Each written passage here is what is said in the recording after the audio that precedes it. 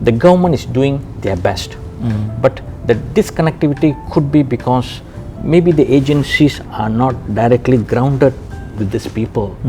Hello Malaysia, hello world. Apa khabar?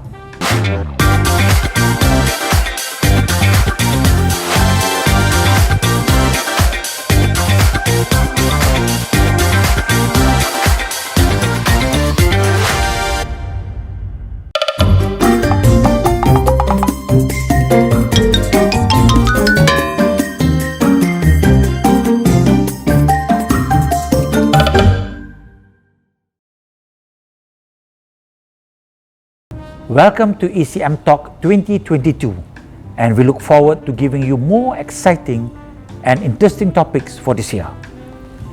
Our topic today, AI, is Malaysia catching up? I'm Rajesh Shahrul, your host. May I take this quote from Dr. Zaharuddin Mansoor, the project leader of the National Tech Association of Malaysia, or PICOM, and he is also the technology officer of Microsoft Malaysia. He said, artificial intelligence, or AI, is everywhere, making its way into various facets of our daily lives without us even knowing it. From banking to manufacturing industries and even simple things like the autocorrect features and chatbots that we regularly encounter. They have played a big role in shaping our society today. In time, more and more devices will come, and the ability to grasp, contextualize, and recognize the images and build knowledge through deep learning and teach themselves how to comprehend speech and understand us when we communicate with or using AI. Let us hear more from Professor Dr. Mahadevan Subramaniam, the Director of Research and Innovation Management Center, RIMC, of Sagi University. He is also an author to a book that has been published called AI in the Age of IR 4.0, The Primer, and many more other interesting papers he has done and related to mainly technology and economy. Welcome to ECM Talk, Professor Dr. Mahadevan. Apa khabar? Khabar baik, thank you YM. Now let me start with a question that relates to the topic for today, Prof. Perhaps you can briefly share the book. I mean, basically this is the book that we are talking about. The author of the book himself, who's with me here. Now, perhaps you can briefly share the book that you have written in tandem with this industry revolution, Prof. Sure. Now, thank you very much, YM, for this interview. Now, Industry Revolution 4.0, or what we call as IR 4.0, has taken the world by storm. All right, almost every industry across the globe has integrated or incorporated the elements of AI, the elements of IR 4.0, such as AI, IoT, big data, cyber security, as well as cloud computing. All right. Now, the reason why this has become very crucial was because it has helped the industries in terms of productivity as well as revenue. All right. And if you look at this particular book, the book on artificial intelligence, right? All right. The title of the book is AI in the Age of IR 4.0, Primer. It has been considered by many as one of the best books for the beginners. Okay. All right. This book will be an eye-opener for Malaysian industries to look into the benefits and impacts of AI towards their daily businesses. All right. All right. And this book tends to be very less technical. All right. It is introducing the concepts in a very well organized manner, where it can be read by both the students from secondary school up to the tertiary level, as well as those who are in the industries. Very layman term. Yes, so it is more of a layman book, I would call it. All right. The concepts covered include subjects such as algorithms, game theory, multi-agent systems, and a lot of other concepts which tend to be a buzzwords for a lot of Malaysians without understanding what AI is. We tend to think that AI is something very complicated. In fact, it is not. It sounds technical. Yes, it sounds technical. Yeah. But if you're able to understand the concept, you'll be able to incorporate that in your daily life. Right. Okay, either personal or even for your industries. Right. All right. Thank you. Now, under chapter 4 of the book, Prof, you mentioned about AI in most industries, in most matters around us. What are the most common things that you see that AI that is being implemented here as far as Malaysia is concerned? Okay, that's a very good question. Now, one of the reasons why we want people to have an exposure in AI is because if you look at Malaysia, all right, we are aware of AI. Correct. But the problem is we are not sure where are we supposed to make use of this AI. Correct. But for your information, even today, at this moment of time, you have been using AI. If you're using a smartphone, Exactly. Yeah. do you know there is an element of AI which has been incorporated into this Right. phones? I mean, let it be Samsung smartphones or iPhones or any other smartphones. Right. Okay, when you are browsing certain data, Correct. AI algorithm has been incorporated. When you're checking the weather Yeah. in your smartwatch, Yeah. AI has been incorporated. When you tend to book ticket from the what do you call this, the airlines, Correct. AI has been incorporated. So AI is everywhere around us. It Yeah. is just that we have not taken notice of it. Exactly. Yeah. Okay. Yeah. Now, if you look at chapter 4, chapter 4 will tell you where AI is being used. Of course, we can't write a book with every details where AI is being incorporated. But what we have given in chapter 4 as an example is we are able to tell you how AIs are being used in your daily life. Yeah. How industries, even small industries, Yes. SMEs, Yes. how are they going to benefit by incorporating AIs? In fact, see, by incorporating AI, it's gonna halve the burden on you, because some of the decisions that you are making will be dependent on the AI systems which you have. Correct. Okay, Yeah. which is ongoing at the moment. It's not just Malaysia, the whole world is going for it. It's just a matter of how fast are we penetrating into AI. Correct. Correct. Thank you. Now, AI is the game changer in this new world. But does this provide Malaysia with an opportunity to catch up or just slip behind? What do you think, Prof? Okay, let's put it this way. Let's look at Malaysia. We are a developing nation, all right? We have one of the largest manufacturing industry, in fact, in Asia as well as in the world. 23% of our GDP is being contributed by the manufacturing industry. Okay. All right? Yeah. Now, this is a real opportunity for us. If you look at IR 4.0 and AI, it started from manufacturing. Right. All right? So, we are at the right footing. All right? Now, in fact, if you look at Malaysian government, they have rolled out many initiatives, many schemes, and even if you look into our budget 2022, Right. there are huge allocations which have been given for the digitalization of the economy. Right. Okay. In fact, last year March, Malaysian Artificial Intelligence Roadmap was launched. In fact, there are some MNC companies like Microsoft which have established its first AI data center in Kuala Lumpur, which is estimated to cost USD 1 billion, and this could generate close to 20,000 jobs related to high-end industries like AI, IoTs and so on. Okay, so in fact the government do have a plan to improve our productivity by 30% by the end of year 2030. Right. All right. Yeah. So everything in place for the Malaysians to take up the potential of AI. All right. Okay. Now, having said that, Prof, there's always this statement about Malaysia faces a slow adoption rate of IR 4.0 compared to other countries.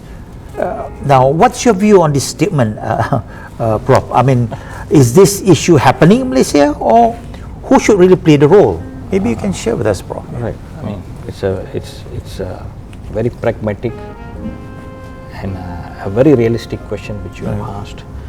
In my opinion, okay, we are facing a slowdown in the adoption of IR 4.0 technology. Right. But nevertheless, as I mentioned earlier, the Malaysian government, let me be very specific, the Malaysian government through the budget 2022, Yes. they have allocated 1 billion ringgit, all right, to digitize the economy, which means, put it this way, the government is very serious. Okay. They're very aggressive to push forward the technological roadmap. Okay, but somehow there are disconnectivity. All right, the industries tend to be disconnected from the roadmap. Okay, I think this is not just from the government. I think the industries, the associations, especially the manufacturing associations, they have to look into this matter seriously. The reason is because by looking into our GDP, whereby manufacturing industry contribute 23%, we should be in the what I would say in the top tier of penetrating the industry with the IR 4.0 technologies such as AI and so on, but it is not happening as what we have expected, as what we have said. Yeah. All right. Yes. Now, also we must also look into hand-holding the SMEs. Don't forget the Malaysian SMEs. They constitute 90% of our manufacturing industry. Right. All right. So we must have a strategy to handhold these SMEs for the next 5 years with specific actions, specific KPIs, specific strategies in order for them to have the needed ROIs. Right. Okay, we are talking about productivity as well as revenue. If there is a productivity, you will see an increase in the revenue. Right. All right, and industry has to be exposed to this. All right, and they must able to value this. Right. So, in my opinion, the government agencies must start going to the field, to the ground, have a feel of the industries, especially the SMEs, understand what are the challenges they're facing. I mean, I'm very sure it's going to be a bit challenging because when you look into this kind of high-end technology challenges, it is going to be very technical. Yes, We don't know what kind of machines, what kind of infrastructures do these industries have, Right. what kind of investment that is needed by these companies, Right. all right? Do our policies supports this kind of major transformation? Yes, we do have a lot of schemes, but do we have the human capital? Do we have the leadership? Correct. Yeah. And do we have the landscape for such a revolution? Correct. Yeah. Okay, thank you.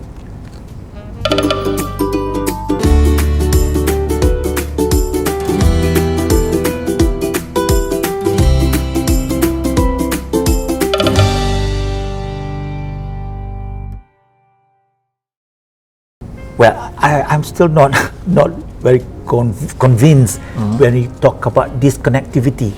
Now, when it takes two, like they say, it takes two to tango, so to speak.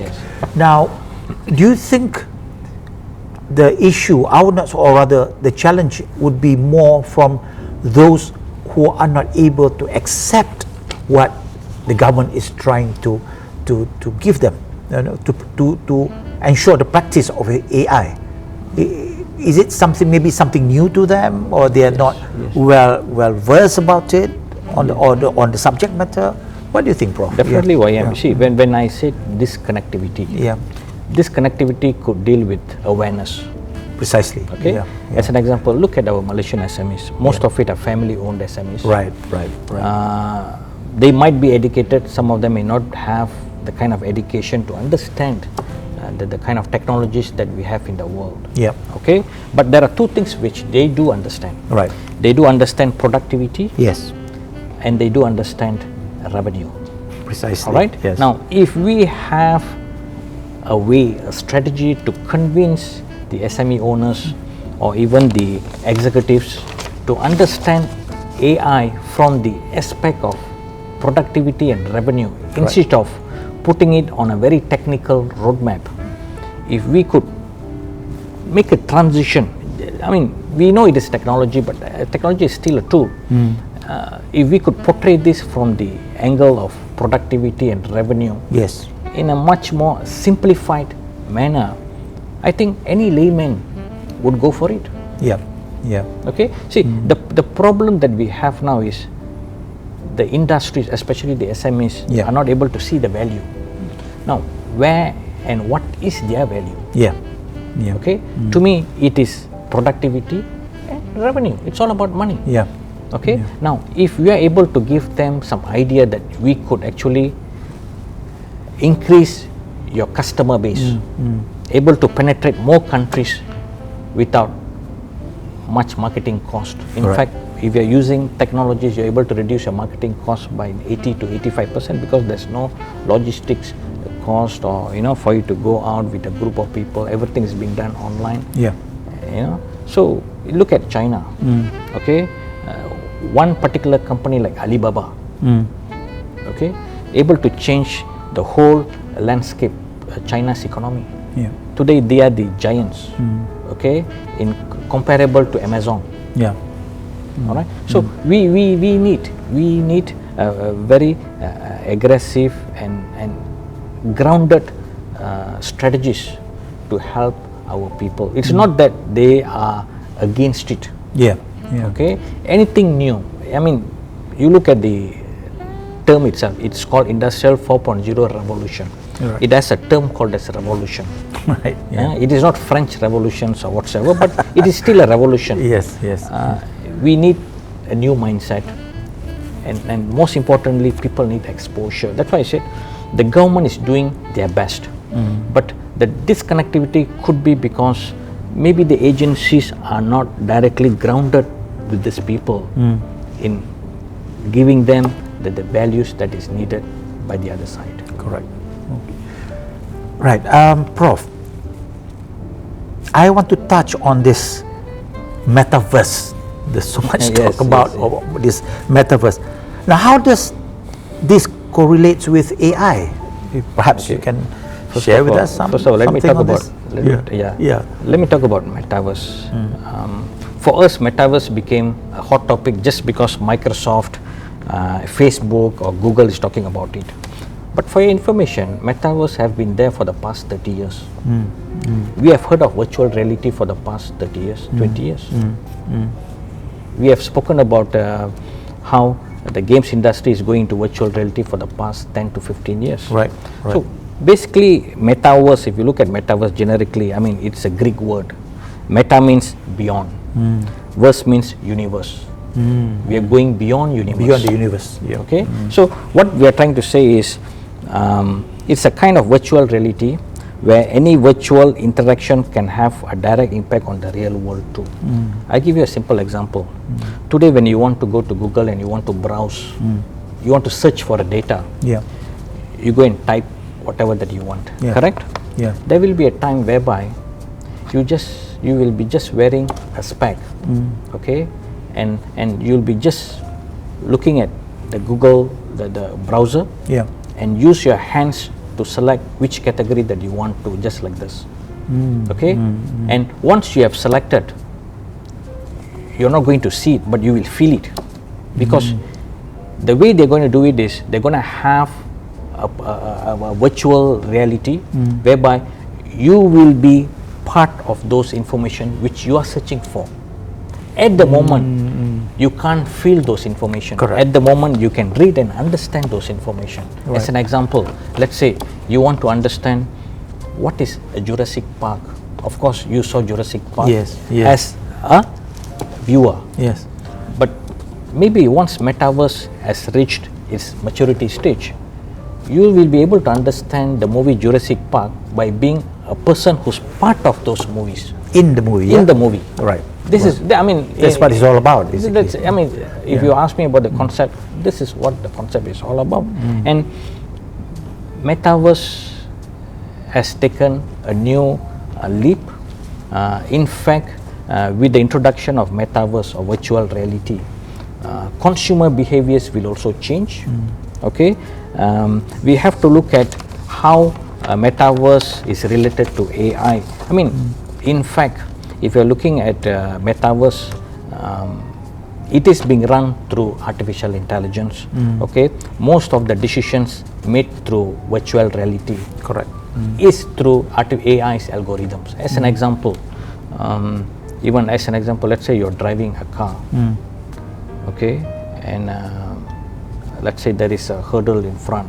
There's another car which is coming up, okay, or when you're sleeping while driving, suddenly you fell asleep, okay, out of a sudden, the system will tend to wake you up in certain ways. Now the question is, I mean, this is a virtual reality. Yeah. Okay. Yeah. Now, out of a sudden, the system will wake you up. Now, how is it possible that this Metaverse system made a decision to wake you up when it saw there is a hurdle coming? Somebody made a decision at that point of time, right? So, who made the decision? The system made the decision. The system made a decision because you have an artificial intelligence being incorporated with this kind of Metaverse systems. Okay. Amazing. Yes, Yeah, yes, exactly. Yeah. Okay, so you can foresee for the next 5 years, there's a lot of changes coming up. Yes. In fact, I'm definitely sure that consumer patterns will change. Okay, many industries, many businesses may pop up, new businesses, new industries. Yeah. Industries could also close down. Okay, I mean, end of the day, it all depends on the market. Right. All right, what the market wants. Yeah. That's why I always believe whatever that we produce, it depends on the supply and demand. Yes. And with this kind of a new metaverse or virtual reality system, it's going to change the way people think. Correct. And definitely there will be a drastic change. Right. Thank you. Interesting. Now, Prof, what would be your advice for students and graduates on how to prepare themselves to adapt to the future industrial challenges? Okay. Now, the students, if you ask me, the students need to start exposing themselves to the industries. Books alone is insufficient. Right. Okay. I mean, it's very much insufficient to know about technologies through books, because technology tend to be created every day, every month, Correct. every year. Yeah. We can't have books being published every week with different versions. Okay, that itself will tell you how we are lagging behind if we are just dependent on books. Right. But anyway, if you look at today's environment, in fact, higher education, like even universities, even SEGI universities, we have a lot of opportunities for students to learn in a very practical manner. Right. We have a lot of industry collaborations. In fact, we have a lot of research centers which have been brought from industry to the university, like our Center of Excellence in Artificial Intelligence, which exposes the practice and the tools that can be used by the students to be a user as well as a developer of those technologies. The point is the student have to jump into the bandwagon. Right. Okay, we have everything ready, but what we have mentioned earlier, there must be a change in the mindset. Yeah. In fact, if you ask me, Industrial Revolution 4.0 or any new technologies, they are directed towards youngsters. Yes. Look at the CEOs of the new startups, tech startups. How old are they? Yeah. They are within the age of 18 to 35. Yes. Okay, they are the new generations. So I'm very confident that our what do you call this? Our youngsters, Malaysian youths, they have taken the lead on this. It is just that we have to start ramping up the exposure as much as possible, so that we could see new tech startups by our Malaysian youngsters, a new growth, new innovations, which we are waiting to see. Right. Okay, thank you. Interesting. Thank you, Professor Dr. Mahadevan, Thank you. for your insights and sharing on this topic. Thank you. Thank you, Waya. There are tremendous economic and productivity gains resulting from AI. According to McKinsey, 50% of work time in Malaysia is spent on repetitive activities that are highly automatable. With increased automation, AI can potentially create 6 million new jobs by 2030 in Malaysia. And this future of work will create new needs for skills and long-term learning in nearly every part of the workforce. Simians, please like, share and subscribe to Edu Channel Malaysia. Until we meet again in our next program, take care and stay healthy always. See you, jumpa lagi.